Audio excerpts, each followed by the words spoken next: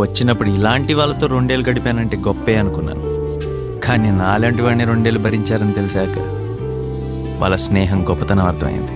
అల్లుకున్న తీగతో కలుసుకున్న కులం, స్నేహమన్న మాటలో ముచ్చటైన ముగ్గురం, అందమైన జీవితం పంచుకున్న దోస్తులం, బాధలెన్ని చేరినా బెదిరిపోని మిత్రులం, చిన్ననాటి నుండి జ్ఞాపకాలతోని కట్టుకున్న వంతెనేమైంది, ఇంతలోనే వాన తాకినట్టు ఈ కాలం కూల్చనా, మనకు మధ్య దాచుకున్న మాటలంటూ లేనే లేవు ఇంతవరకు, ఇప్పుడెందుకో దాచిపెట్టే ఈ బాధే లోతున, అల్లుకున్న తీగతో కలుసుకున్న కులం, స్నేహమన్న మాటలో ముచ్చటైన ముగ్గురం.